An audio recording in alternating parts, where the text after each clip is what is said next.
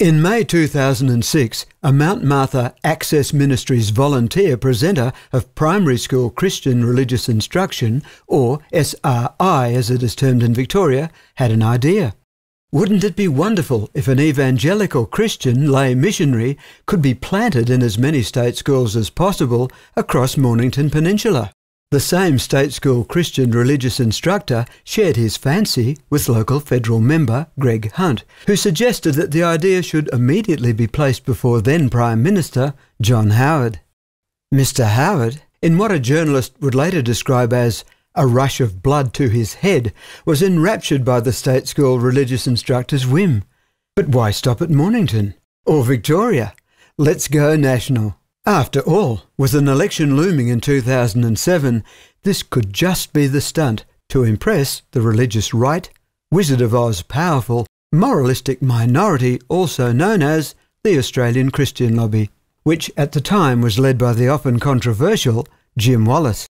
Just a few weeks later, on June 11, 2006, with obscene haste, and without any parliamentary scrutiny or consultation and any stated, defined or required outcomes whatsoever, the planned introduction of what was to become the $500 million National Schools Chaplaincy Program, the NSCP, was announced. The announcement was met with a tsunami of outraged negative comment from the media, political commentators and education unions amongst many others. Within a June 11, 2006 article in the Melbourne Age, Mary Blewett, then president of the Victorian branch of the Australian Education Union, described the proposed National Schools Chaplaincy Program as sickening, while adding, "This goes to the very heart of our secular education system. It's also another backhanded swipe at the teaching profession in government schools, as if we somehow don't have values."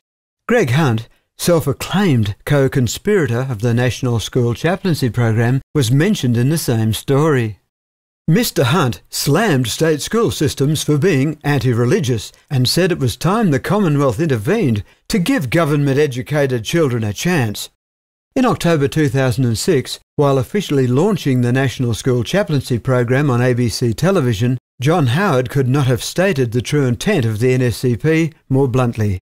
Students need the guidance of chaplains rather than just counsellors. Yes, I am calling them chaplains because that has a particular connotation in our language. And as you know, I'm not ever overwhelmed by political correctness. To call a chaplain a counsellor is to bow to political correctness. Chaplain has a particular connotation. People understand it. They know exactly what I'm talking about. So, from January 2007, courtesy of millions of dollars in Commonwealth cash, thousands of often totally unqualified and predominantly evangelical Protestant lay chaplains were slam-dunked into the state schools of Australia, more often than not with little or no supposedly required school community consultation whatsoever. Chaplains who could be as candid as this about their true missionary purpose as so accurately foretold by John Howard. I personally believe, and as a chaplain, I believe that Jesus is the way, truth and life.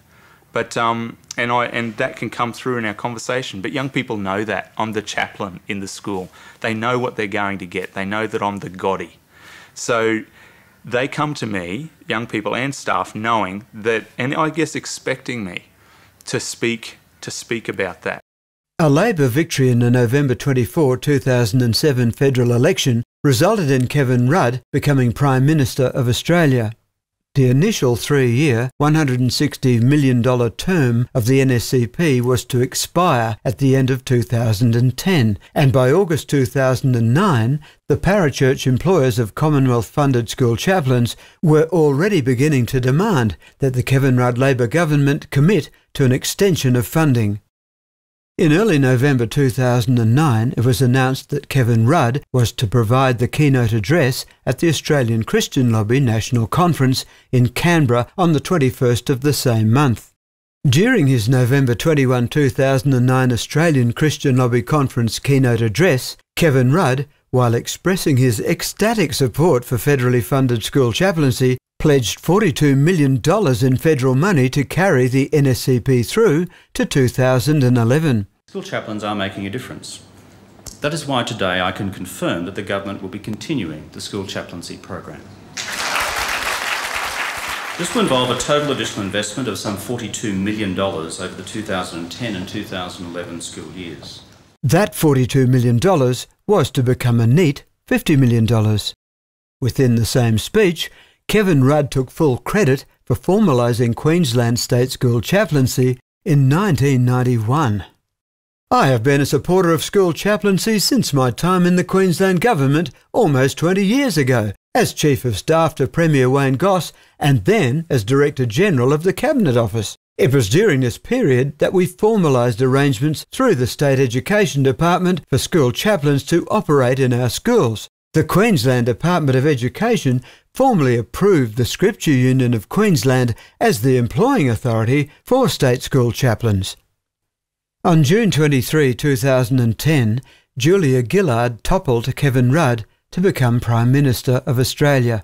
Federal funding of the NSCP, now having cost Australian taxpayers $210 million, was to expire at the end of 2011. Kevin Rudd is quoted by highly reliable sources as having stated in December 2011, "The only reason Julia Gillard is in power is because of a deal she did with the Australian Christian lobby." To be fair, it's possible that Kevin Rudd was referring to the same Australian Christian lobby deal he inherited from John Howard in 2007. 2 weeks before the federal election on August 21, 2010, on August 6, 2010, Julia Gillard made a video pledge regarding the NSCP to then Australian Christian lobby Managing Director Jim Wallace. Current ACL Managing Director Lyle Shelton, at the time Chief of Staff, describes how it came to be. During the 2010 election campaign, the Prime Minister's office actually contacted Australian Christian Lobby about 2 weeks out from the August 2010 election and asked to get some messages across to the Christian constituency.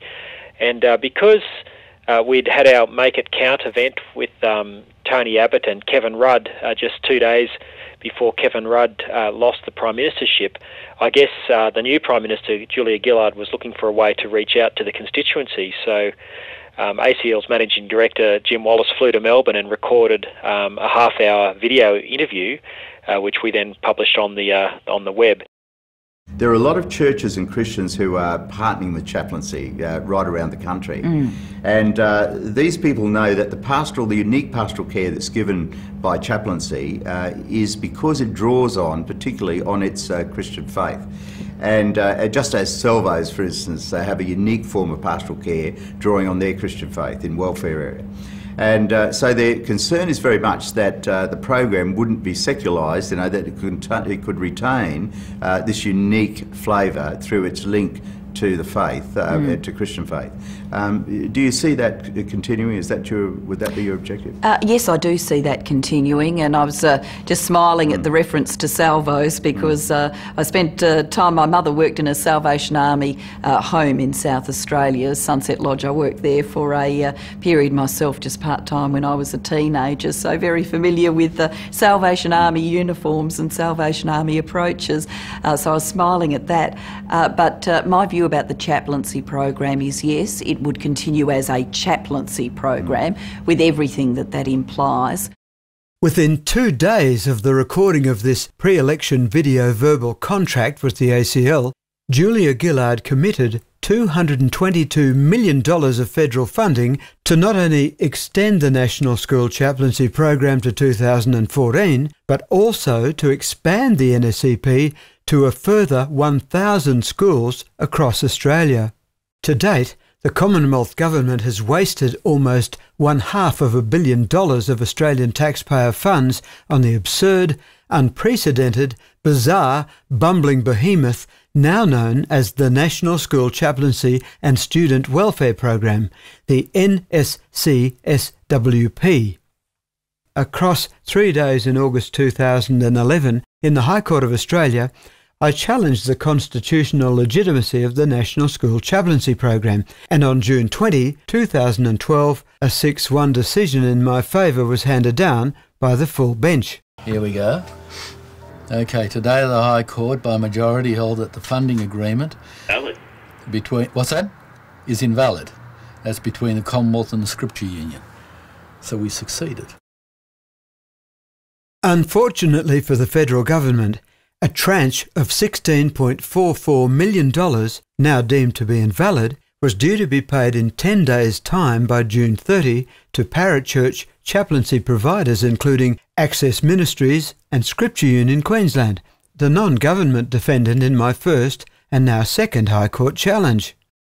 On June 20, 2012, within a couple of hours of my High Court decision declaring federal funding of the NSCP to be invalid, then Australian Christian Lobby Managing Director Jim Wallace was quoted in the Sydney Morning Herald as stating, "The High Court decision that government funding of chaplaincy in Queensland schools is invalid is only a technicality and will not mean the end of the program.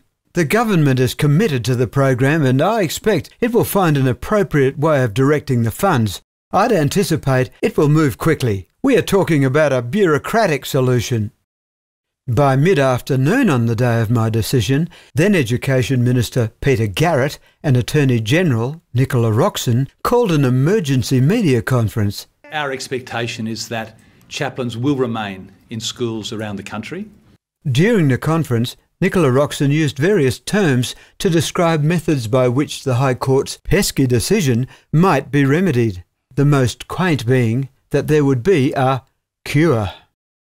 And that cure was announced on June 25, a mere 5 days after my successful High Court decision, when then Education Minister Peter Garrett called another media conference to proclaim the introduction of emergency legislation to keep Commonwealth cash flowing to the parachurch employers of school chaplains.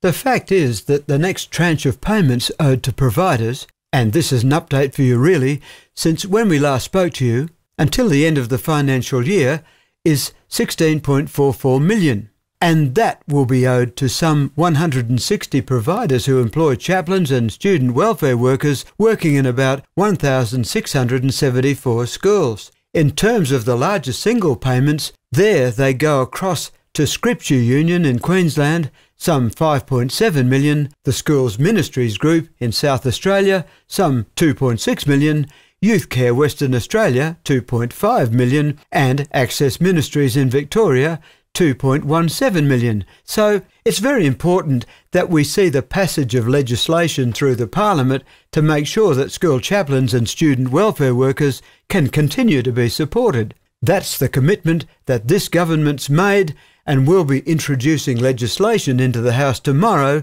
to ensure that that's the case.